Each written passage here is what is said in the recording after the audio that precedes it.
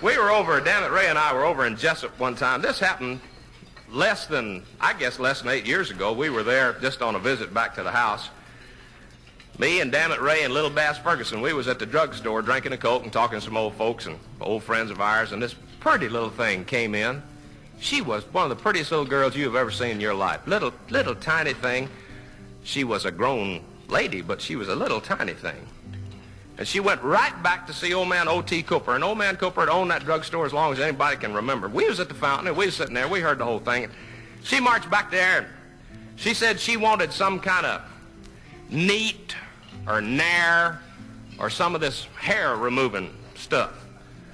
Now, this girl raised little schnauzer dogs, little miniature schnauzers, and she was going to go to Savannah and enter her finest dog into one of them dog shows, and she wanted this stuff to get them little tiny hairs off that dog's underbelly. And she walked up to old T, and she said what she wanted. Said she wanted some of that hair remover, and he was reaching up on the shelf to get her a bottle, and she said, "This won't harm soft skin, will it?" Old T turned around, he looked at that pretty little thing, and he reached over and he patted her on the cheek, and he said, "Now, honey, you ain't gonna use this on your face, are you?"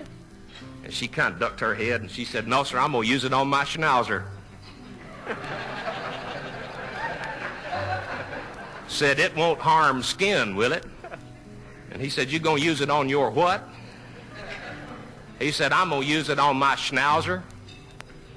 And he backed off and looked at her, and he said, "No." Said, "It ain't gonna harm tender skin, none, I don't reckon." Said, "But I'll tell you one thing, you ain't gonna ride no bicycle for a while."